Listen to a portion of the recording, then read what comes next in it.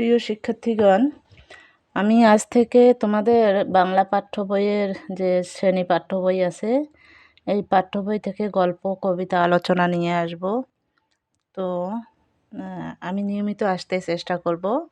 তো আজকে আলোচনা করব প্রত্যুপকার। লিখেছেন ঈশ্বরচন্দ্র বিদ্যাসাগর। প্রত্যুপকার হচ্ছে প্রতি উপকার, উপকারীর উপকার করা। তো উপকারীর উপকার করা, এখানে আমরা প্রত্যুপকার গল্পটি পড়ব। প্রত্যুপকার গল্পটি লেখক এখানে সাধু ভাষায় লিখেছেন, তো একটু কঠিন হয়। তো সমস্যা নেই, আমি লাইন বাই লাইন বোঝাবো এবং যে কঠিন শব্দগুলো আছে সে শব্দগুলো আমি ভেঙে ভেঙে বোঝাবো। তো এখানে সুন্দর করে লেখক পরিচিতি দেওয়া আছে এবং আমি লেখক পরিচিতির জন্য আমি আবার একটা ভিডিও নিয়ে আসবো এবং শব্দের যে অর্থগুলো আছে কঠিন কঠিন শব্দের, সেগুলো লেখক পরিচিতির সঙ্গে নিয়ে আসবো। আজকে আমি আপাতত গল্পটি আলোচনা করব। গল্পটি, আলী ইবনে আব্বাস নামে এক ব্যক্তি মামুন নামক খলিফার প্রিয় পাত্র ছিলেন। আলী ইবনে আব্বাস, তিনি কি ছিলেন? প্রিয় পাত্র ছিলেন মামুন নামক খলিফার। খলিফা হচ্ছে এখন যেমন মনে করো প্রধানমন্ত্রী কোনো রাষ্ট্রের, পদটি, এরকম খলিফা, খলিফার পদটি। তো এই মামুন হচ্ছেন একজন খলিফা। তিনি, তার পুরো নাম হচ্ছে আবুল আব্বাস আবদুল্লাহ আল মামুন। তিনি খলিফা হারুনুর রশিদের দ্বিতীয় পুত্র ছিলেন। যিনি খলিফা হারুনুর রশিদ ছিলেন তার। তো এখানে আলী ইবনে আব্বাস, আরেকটি কথা বলি যে এখানে আমরা এই গল্পে তিনটি চরিত্র পাবো। চরিত্র তিনটি হচ্ছে আলী ইবনে আব্বাস, খলিফা মামুন আর হচ্ছে বন্দি ব্যক্তি। তিনজন চরিত্র আছে। তো চরিত্র তিনটে মনে থাকলে গল্পটি, আমি বললাম এই জন্যে যে গল্পটি বুঝতে সুবিধা হবে। তো হচ্ছে যে আলী ইবনে আব্বাস নামে এক ব্যক্তি মামুন নামক খলিফার প্রিয় পাত্র ছিলেন। এই আলী ইবনে আব্বাস মামুন নামক খলিফার প্রিয় পাত্র ছিলেন। তিনি বলিয়া গিয়েছেন, আমি একদিন অপরাহ্নে খলিফার নিকটে বসিয়াছি, এমন সময় হস্তপদবদ্ধ এক ব্যক্তি তাহার সম্মুখে নীত হইলেন। তিনি বলিয়ে গিয়েছেন, তিনিটাকে একটু বুঝতে দেখো কষ্ট হচ্ছে। তিনিটাকে এখানে এই জন্যে কী করতে হবে, আর একটিবার এই লাইনটা পড়তে হবে। আমি একদিন অপরাহ্নে খলিফার নিকট বসিয়ে আছি। আমি খলিফার নিকট বসিয়ে আছি, তাহলে আমিটা হচ্ছে আলী ইবনে আব্বাস। তাহলে এই আলী ইবনে আব্বাস গল্পটি বলিতেছেন। তো তাহলে তিনি হচ্ছেন আলী ইবনে আব্বাস। তিনি বলিয়ে গিয়েছেন যে আমি একদিন অপরাহ্নে মানে বিকালে খলিফার নিকট বসিয়ে আছি, এমন সময় হস্তপদবদ্ধ মানে হাত পা বাঁধা, হস্ত হচ্ছে হাত, পদ হচ্ছে পা, আর বদ্ধ হচ্ছে বাঁধা। তো হাত পা বাঁধা অবস্থায় এক ব্যক্তি তাহার সম্মুখে মানে সামনে নীত মানে উপস্থিত হইলেন। নীত হচ্ছে উপস্থিত। তো কী হলো যে আমি একদিন বিকেলে খলিফার নিকট বসে আছি, সে সময় হাত পা বাঁধা অবস্থায় এক ব্যক্তিকে তার সম্মুখে উপস্থিত করলেন। খলিফা আমার প্রতি এই আজ্ঞা করিলেন। খলিফা আলী, আমার বলতে আলী ইবনে আব্বাস, আলী ইবনে আব্বাসের প্রতি আজ্ঞা মানে আদেশ করলেন, তুমি এ ব্যক্তিকে আপন আলয়ে লইয়া গিয়া রুদ্ধ করিয়া রাখিবে। কি বলা হলো যে খলিফা বললেন যে আলী ইবনে আব্বাসকে বললেন যে তোমার আপন মানে নিজ, আলায় মানে যেখানে বাস করে, বাসস্থান, তোমার নিজ গৃহে লইয়া গিয়া রুদ্ধ মানে বেঁধে রাখিবে এবং কল্য আমার নিকট উপস্থিত করিবে, কালকে আমার নিকটে উপস্থিত করবে।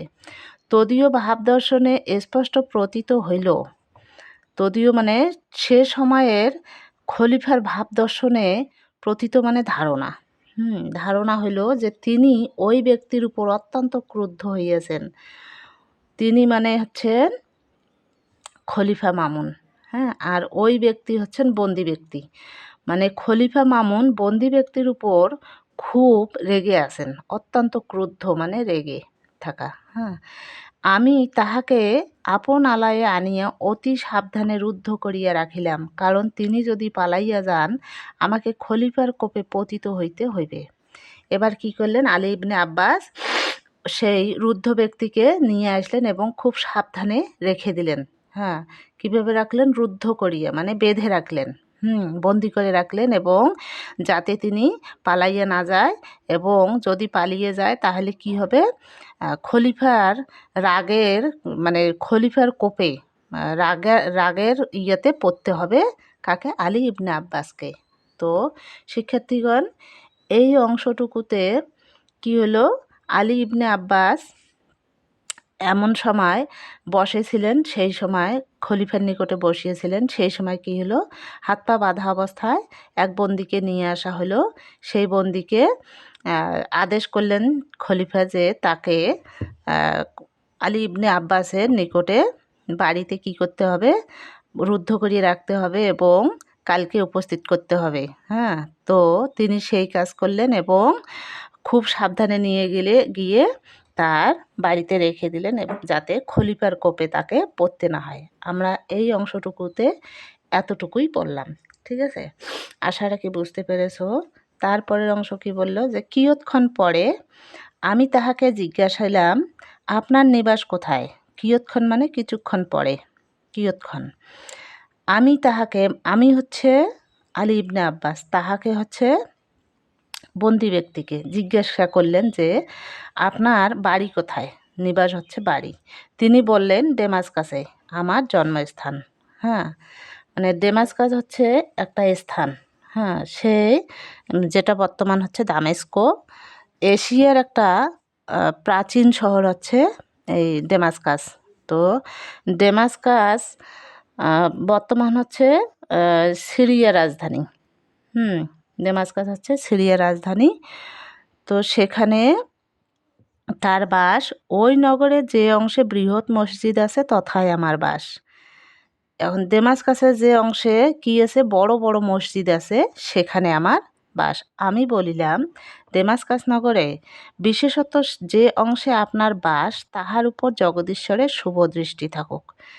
আলী ইবনে আব্বাস বললেন যে ডেমাসকাস নগরের, হ্যাঁ, মানে বিশেষত যে অংশের, অর্থাৎ বিশেষত মানে বিশেষ করে বলা হলো যে অংশে বড় বড় মসজিদ আছে, হ্যাঁ, সেখানে তো আপনার বাস।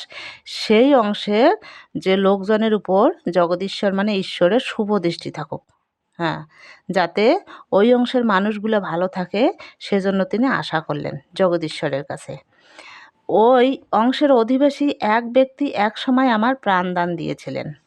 কেন শুভ দৃষ্টি থাকার কথা বললেন? যে ওই অংশের এক ব্যক্তি ছিলেন, সে ব্যক্তি আমার এমন একটা সময় ছিল আমার প্রাণদান দিয়েছিলেন।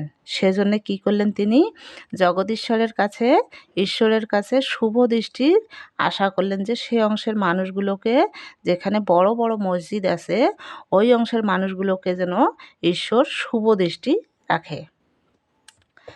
আমার এই কথা শুনিয়া তিনি সবিশেষে জানিবার নিমিত্ত ইচ্ছা প্রকাশ করিলেন। আমার এই কথা শুনিয়ে মানে আলী ইবনে আব্বাসের এই কথা শুনিয়ে কি করলেন? তিনি জানিবার নিমিত্ত মানে হচ্ছে জানিবার জন্য কি করলেন? ইচ্ছা প্রকাশ করিলেন। মানে তার বিস্তারিত জানার জন্য ইচ্ছা প্রকাশ করলেন। আমি বলিতে আরম্ভ করিলাম, বহু বছর পূর্বে ডেমাসকাসের শাসনকর্তা পদচ্যুত হইলে যিনি তদীয় পথে অধিষ্ঠিত হন, আমি তাহার সমবিহারে তথায় গিয়েছিলাম। হ্যাঁ, ইচ্ছা প্রকাশ করলেন। তিনি সেটা বিস্তারিত বলতেছেন যে আমি বলিতে আরম্ভ করিলাম, বহু বছর পূর্বে ডেমাসকাসের শহরে শাসনকর্তা পদচ্যুত হইল। পদচ্যুত মানে পদ থেকে অপসারণ করা হলো। ডেমাসকাসের যিনি শাসনকর্তা ছিলেন তাকে পদ থেকে অপসারণ করা হয়েছে, এবং যিনি নতুন ওই পদে মানে শাসনকর্তা পদে অধিষ্ঠিত হয়েছেন, সমবিহারে মানে আমি তার সঙ্গে তথায় গিয়েছিলাম। কোথায়? ডেমাসকাস শহরে। আমি তাহার সমবিহারে তথায় গিয়েছিলাম। মানে আমি তার সঙ্গে, কার সঙ্গে? এই যিনি শাসনকর্তা পদে অধিষ্ঠিত হলেন, নতুন যিনি শাসক আসলেন, তার সঙ্গে কোথায় গিয়েছিলেন? ডেমাসকাস নগরে গিয়েছিলেন। পদচ্যুত শাসনকর্তা বহু সংখ্যক সৈন্য লিয়া আমাদিগকে আক্রমণ করিলেন। যিনি পদচ্যুত শাসনকর্তা হয়েছিলেন, যিনি পদ থেকে অপসারিত হয়েছিলেন, তিনি কি করলেন? নতুন যে পদে আসলেন, তাকে কি করলেন, আক্রমণ করলেন। সেখানে আমি ছিলাম। আমি প্রাণ ভয়ে পলাইয়া এক সম্ভ্রান্ত লোকের বাড়িতে প্রবিষ্ট হইলাম। আমি প্রাণ ভয়ে কী করলাম, পালাইয়া গেলাম এবং এমন এক সম্ভ্রান্ত মানে ধনাঢ্য ব্যক্তি, এবং খুব এলাকার মানী ব্যক্তি, তো তার বাড়িতে প্রবিষ্ট মানে উপস্থিত হইলাম এবং গৃহস্বামীর নিকটে গিয়া অতি কাতর বচনে প্রার্থনা করিলাম, আপনি কৃপা করিয়া আমার প্রাণ রক্ষা করেন। গৃহস্বামী মানে যার গৃহে গিয়েছিলেন তার যে মালিক তাকে বলা হয় গৃহস্বামী। তো গৃহস্বামীর নিকটে গিয়া মানে কাতর বচনে, অর্থাৎ সেখানে প্রার্থনা করলেন, মানে খুব কাতর বচনে প্রার্থনা করলেন যে আমার প্রাণ রক্ষা করুন, আপনি আমার, কার কাছে, গৃহস্বামীর কাছে তিনি প্রার্থনা করলেন যে আপনি প্রাণ রক্ষা করুন। আমার প্রার্থনা বাক্য শুনিয়ে গৃহস্বামী আমায় অভয় প্রদান করিলেন। আমি যেভাবে প্রার্থনা করলাম সে বাক্য শুনিয়ে গৃহস্বামী মানে গৃহের যে মালিক আছেন তিনি আমাকে কি করলেন, অভয় প্রদান করিলেন, মানে যাতে কোনো ভয় আমি না করি সে কথা বললেন যে আপনি কোনো ভয় করবেন না। আমি তদীয় আবাসে 1 মাস কাল নির্ভয়ে ও নিরাপদে অবস্থিত করিলাম। তদীয় আবাসে মানে যে ডেমাস্কাসের যে সম্ভ্রান্ত লোকের ঘরে আমি গিয়েছিলাম সেই ঘর তদীয় আবাসে, সেখানে আমি 1 মাস নির্ভয়ে এবং নিরাপদে অবস্থিত করি, মানে সেখানে আমি থেকে গেলাম। আচ্ছা, তারপর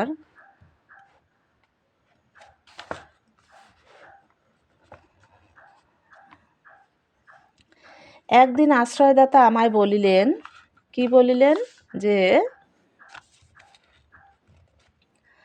আমায় বলিলেন এই সময় অনেক লোক বাগদাদে যাইতেছে। যে আমার যিনি আশ্রয়দাতা ছিলেন তিনি আমাকে বলিলেন কি, এইটা উপযুক্ত সময়, অনেক লোক বাগদাদে যাইতেছে, স্বদেশে প্রতিগমনের পক্ষে আপনি ইহা অপেক্ষা অধিক সুবিধার সময় পাইবেন না। তিনি গিয়ে আমাকে মানে প্রতিগমন হচ্ছে ফিরে যাওয়ার জন্য আপনি আর অধিক সুবিধার সময় পাইবেন না, এটি হচ্ছে উপযুক্ত সময়। আমি সম্মত হইলাম। আমার সঙ্গে কিছুমাত্র অর্থ ছিল না, মানে আমি ঠিকই রাজি হলাম, কিন্তু আমার সঙ্গে কোনো অর্থ ছিল না, যে অর্থ ব্যয় বহন করার জন্য আমি বাগদাদে যাওয়ার জন্য আমার লাগবে সে অর্থ আমার ছিল না। লজ্জাবশত আমি তাহার নিকটে সে কথা ব্যক্ত করিতে পারিলাম না। ব্যক্ত মানে খুলে বলা, প্রকাশ করা, মানে আমি লজ্জাবশত আমার যে টাকা ছিল না আমি সে কথা তার কাছে প্রকাশ করতে পারলাম না। তিনি আমার আকার প্রকার দর্শনে তাহা বুঝিতে পারিলেন, মানে তিনি আমার যে টাকা পয়সা ছিল না ফিরে যাওয়ার মতো, আমার যে বাহ্যিক রূপটা ছিল সেটা দেখে তিনি বুঝিতে পারলেন, কিন্তু তৎকালে কিছু না বলিয়া মৌনাবলম্বন করিয়া রহিলেন। কিন্তু তিনি তখন কিছু বললেন না, কিন্তু মৌনাবলম্বন মানে চুপচাপ করে রইলেন। চুপচাপ করিয়া রইলেন, তিনি কিছুই বললেন না, রইলেন। তিনি আমার জন্য যে সমস্ত উদ্যোগ করিয়া রাখিয়াছিলেন প্রস্থান দিবসে তাহা দেখিয়া আমি বিস্ময়াপন্ন হইলাম। তখন তিনি কিছু বললেন না, এবং কিন্তু পরবর্তীতে আমি যখন চলে যাব প্রস্থান দিবসে, তখন কি যে সমস্ত উদ্যোগ মানে ব্যবস্থা, এখানে ব্যবস্থা করে রাখিয়েছিলেন তাহা দেখে আমি খুব আশ্চর্য হইলাম। বিস্ময়াপন্ন মানে আশ্চর্য হইলেন। একটি উৎকৃষ্ট অশ্ব সুসজ্জিত হইয়া আছে, মানে সবচেয়ে সেরা যে অশ্ব হচ্ছে ঘোড়া, সবচেয়ে যে সেরা ঘোড়া, সেটা সুসজ্জিত মানে খুব সুন্দর সাজে, মানে অশ্বটিকে খুব সুন্দর সাজিয়ে রেখেছেন। আর একটি অশ্বের পিঠে খাদ্য সামগ্রী স্থাপিত হইয়াছে, মানে তিনি যে যাবেন রাস্তায় আর একটা অশ্বর পিঠে কী ছিল, খাদ্য সামগ্রী। অশ্ব মানে ঘোড়ার পিঠে, এই ঘোড়ার পিঠে একটা ঘোড়া ছিল কিসের জন্য, উৎকৃষ্ট ঘোড়া একটাকে সাজিয়ে রাখা হয়েছে, অন্য আরেকটি ঘোড়া ছিল সেই ঘোড়াটিকে খাদ্য সামগ্রী রাখা হয়েছে ঘোড়াটির পিঠে। আর পথে আমার পরিচর্যা করিবার নিমিত্তে একটি ভৃত্য প্রস্থানার্থে প্রস্তুত হইয়া রহিয়াছে, মানে আমাকে আমি যে যাব আমাকে পরিচর্যা করাবার জন্য নিমিত্তে মানে জন্য নিমিত্ত জন্য কী করলেন ভৃত্য হচ্ছে চাকর একজন চাকর আমি চলে যাওয়ার জন্য আমার রাস্তায় সেবা করার জন্য কী করলেন একজন চাকর রেখে দিয়েছেন প্রস্তুত করেছেন প্রস্থান সময় উপস্থিত হইল মানে চলে যাবার সময় এসে গেল সেই দয়াময় সদাশয় আশ্রয়দাতা আমার হস্তে একটি স্বর্ণ মুদ্রার থলি দিলেন এই যে দয়াময় সদাশয় আশ্রয়দাতা যিনি তাকে আশ্রয় দিয়েছিলেন তার উপমাগুলো এভাবে দিলেন যে সেই দয়াময় সেই সদাশয় সেই আশ্রয়দাতা আমার হাতে কি দিলেন স্বর্ণ মুদ্রার থলি থলি হচ্ছে ব্যাগ সে সময় স্বর্ণের যে টাকা পয়সাগুলো ছিল তার একটা ব্যাগ দিলেন এবং আমাকে যাত্রীদের নিকট লইয়া গেলেন কী করলেন ওই সদাশয় আশ্রয়দাতা আমার হস্তে মানে হাতে একটি স্বর্ণমুদ্রার থলি দিলেন এবং আমাকে যাত্রীদের নিকট লইয়া গেলেন তন্মধ্যে যাহাদের সহিত তাহার আত্মীয়তা ছিল তন্মধ্যে মানে তার মধ্যে যাদের সাথে ওই মানে গৃহস্বামীর যাদের সঙ্গে আত্মীয়তা ছিল তাহাদের সঙ্গে আলাপ করাইয়া দিলেন তাহলে তাদের সঙ্গে পরিচয় পর্ব করে দিলেন পরিচয় করিয়ে দিলেন আমি আপনকার বসতি স্থানে সেই সমস্ত উপকার প্রাপ্তি হইয়াছিলাম এজন্য পৃথিবীতে যত স্থান আছে ওই স্থান আমার সর্বাপেক্ষা প্রিয় তাহলে আমরা কি বুঝলাম যে যে আপনকার বসতি স্থানে সমস্ত উপকার যে সমস্ত উপকার পাইলেন সেটা উপকার প্রাপ্ত হইয়াছিলাম এই উপকারগুলো প্রাপ্ত আমি হইয়াছিলাম তাহলে এতক্ষণে আমরা বুঝতে পারলাম যে ওই নগরের জগদীশ্বরের শুভদৃষ্টি থাকুক তিনি কেন বলেছিলেন তাই না যে 1 মাস কাল বেপিয়া তাকে আশ্রয় দিয়েছিলেন নিরাপদে রেখেছিলেন তার উপকার এভাবে স্বীকার করলেন যে এই পৃথিবীতে যত স্থান আছে ওই স্থান সর্বাপেক্ষা আমার প্রিয় এজন্যই সেই স্থান আমার সর্বাপেক্ষা প্রিয় এবং জগদীশ্বর যেন সেই স্থানটিকে শুভ দৃষ্টি রাখে তাহলে আমরা এখন বুঝতে পারলাম যে কেন তিনি কি করেছিলেন জগদীশ্বরের কাছে প্রার্থনা করেছিলেন যে ওই বড় বড় মসজিদ যে স্থানে আছে সেই স্থানটা যেন কি থাকে ভালো থাকে ঈশ্বর যেন সেই স্থানকে ভালো রাখে তো এখানে এই গল্পটুকু আলী ইবনে আব্বাস ওই বন্দি ব্যক্তির নিকট বলতেছেন এই নির্দেশ করিয়া দুঃখ প্রকাশপূর্বক আমি বলিলাম এই নির্দেশ করিয়া বলিলাম যে আক্ষেপের বিষয়ে আমি এ পর্যন্ত সেই দয়াময় আশ্রয়দাতার কখনো কোনো উদ্দেশ্য পাইলাম না এখন দুঃখ প্রকাশ করে বলতেছেন যে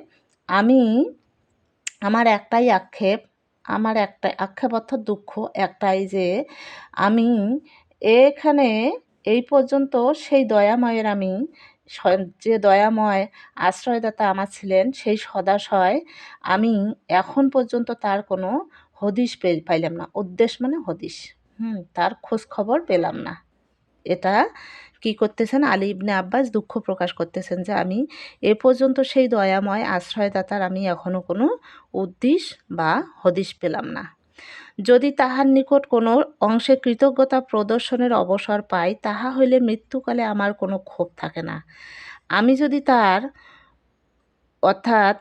তাহার কোনো মানে হদিশ পাই কৃতজ্ঞতা প্রদর্শনের জন্য আমার যে উপকার করেছে আমি যদি এটার কোনো সুযোগ পাই তার কৃতজ্ঞতা প্রকাশ করার জন্য তাহলে আমার মরণের সময়ও কোনো মানে ক্ষোভ বা অভিযোগ থাকবে না আমি মরে গেলেও কোনো অভিযোগ থাকবে না যদি আমি সেই সদাশয়ের কোনো দিন দেখা পাই এই কথা শুনিবে মাত্র তিনি অতিশয় আহ্লাদিত হইয়া বলিলেন আপনার মনস্কামনা পূর্ণ হইয়াছে এই কথা শুনে তিনি অর্থাৎ যে বন্দি ব্যক্তি ছিলেন তিনি কী করলেন আহ্লাদিত মানে খুব খুশি হইয়া বলিলেন আহ্লাদিত মানে খুশি হইলেন আপনার মনস্কামনা পূর্ণ হয়েছে মনস্কামনা হচ্ছে মনোবাঞ্ছা মনের ইচ্ছা আপনি যে ব্যক্তি উল্লেখ করিলেন সেই ব্যক্তি আমি সেই ব্যক্তি উল্লেখ করিলেন আপনি যে ব্যক্তির উল্লেখ করতেছেন আমি সেই ব্যক্তি এই হতভাগ্যই আপনাকে 1 মাস কাল আপনালয়ে রেখেছিলেন তাহলে কি হলো যে তিনি কি করলেন যে আপনার মনস্কামনা পূর্ণ হয়েছে, আপনি যে ব্যক্তির কথা উল্লেখ করলেন সেই ব্যক্তি আমি, হ্যাঁ আমি সেই ব্যক্তি যে 1 মাস কাল আপনাকে আপন আলয়ে মানে আপন গৃহে রেখেছিলেন। আমি সেই ব্যক্তি। তাহার এই কথা শুনিয়া আমি চমকাইয়া উঠিলাম। ছবি শেষে অভিনিবেশ সহকারে কিয়ৎক্ষণ নিরীক্ষণ করিয়া তাহাকে চিনিতে পারিলাম। তাহার এই কথা শুনিয়া মানে বন্দি ব্যক্তির এই কথা শুনিয়া আলী ইবনে আব্বাস চমকে উঠলেন এবং অভিনিবেশ সহকারে খুব মানে কিয়ৎক্ষণ নিরীক্ষণ করিলেন, খুব সতর্কতার সাথে এবং কিছুক্ষণ পর্যবেক্ষণ করিলেন যে সে এই ব্যক্তি কিনা। এবং পরবর্তীতে অনেকক্ষণ তিনি দেখার পরে তাকে চিনতে পারলেন। আহ্লাদে পুলকিত হইয়া অশ্রুপূর্ণ নয়নে আলিঙ্গন করিলাম। আহ্লাদে মানে খুব খুশি হয়ে পুলকিত হয়ে তিনি অশ্রু মানে খুশির সময় যে একটা অশ্রু আসে চোখে, সেই অশ্রুপূর্ণ নয়নে আলিঙ্গন করিলাম। মানে দুইজনে কোলাকুলি করিলেন। আলিঙ্গন মানে কোলাকুলি করা। অশ্রুপূর্ণ নয়নে যে চোখে অশ্রুসিক্ত হয়েছে সেই চোখ দিয়ে কি করলেন? আলিঙ্গন করলেন। তাহার হস্ত এবং পদ হইতে লৌহ শৃঙ্খল খুলিয়া দিলাম। হাত পায়ে যে লৌহ শৃঙ্খলে বাঁধা ছিল সেই বন্ধনটি কি করলেন? খুলে দিলাম। এবং কি দুর্ঘটনাক্রমে তিনি খলিফার কোপে পতিত হইয়াছিলেন তাহা জানিবের নিমিত্তে নিতান্ত ব্যগ্র হইলাম। যে কি কারণে খলিফার কোপে পতিত হইয়াছিলেন তাহা জানিবার জন্য খুব ব্যস্ত হয়ে গেলেন তিনি। এই যে নিতান্তই ব্যগ্র মানে ব্যস্ত হওয়া, নিমিত্তে মানে জন্য, জন্য ব্যস্ত হয়ে গেলাম। তখন তিনি বললেন, কতিপয় নীচ প্রকৃতির লোক ঈর্ষাবশত শত্রুতা করিয়া খলিফার নিকট আমার উপর উৎকট দোষারোপ করিয়াছেন। তখন তিনি কি বললেন? মানে বিস্তারিত বললেন যে কতিপয় নিজ প্রকৃতির লোক আছে, নিচু মনের কিছু লোক আছে, ঈর্ষাবশত মানে হিংসাক্রমে আমার উপর শত্রুতা করিয়া খলিফার নিকট আমার উৎকট দোষারোপ করিয়াছে। তজ্জন্যে তদীয় আদেশক্রমে হঠাৎ অবরুদ্ধ ও এখানে আনিত হইয়াছি। সেজন্য কি এই তদীয় আদেশক্রমে তার আদেশে আমি হঠাৎ রুদ্ধ হয়েছি মানে বন্দী হয়েছি এবং এখানে আনিত হইয়াছি, নিয়ে এসেছে আমাকে। আসিবার সময় স্ত্রী পুত্র কন্যাদের সহিত দেখা করিতে দেয় নাই। আমাকে যখন নিয়ে